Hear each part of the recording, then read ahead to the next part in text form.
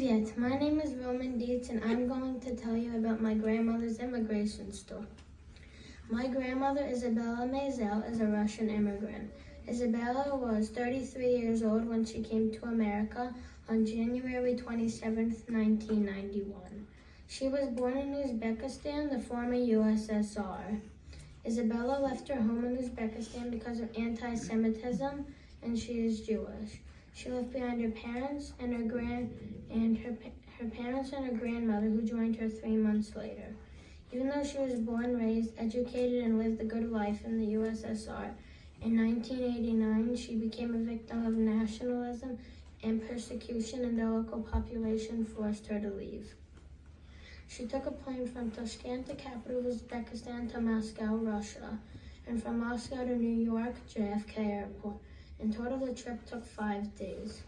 She brought her husband, Pavlik, her son, Lenny, her daughter, Alla, and her husband's parents. 4-year-old daughter, my mom, had a severe sore throat with a very high fever.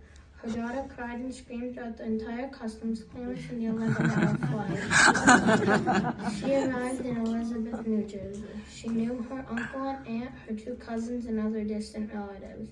She spoke English, but she went to Union County College for 2 semesters for ESL. Her son also spoke English. Her husband and her daughter did not speak English. She was an attorney in the USSR for 11 years.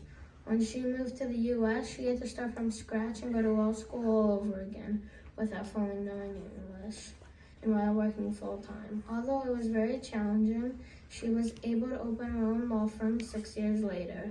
Isabella has been in America for 34 years. She is married to Pavlik Maisel and has 2 children, Lenny and my mom, Alla. I hope you enjoyed learning about my grandmother, Isabella. Okay.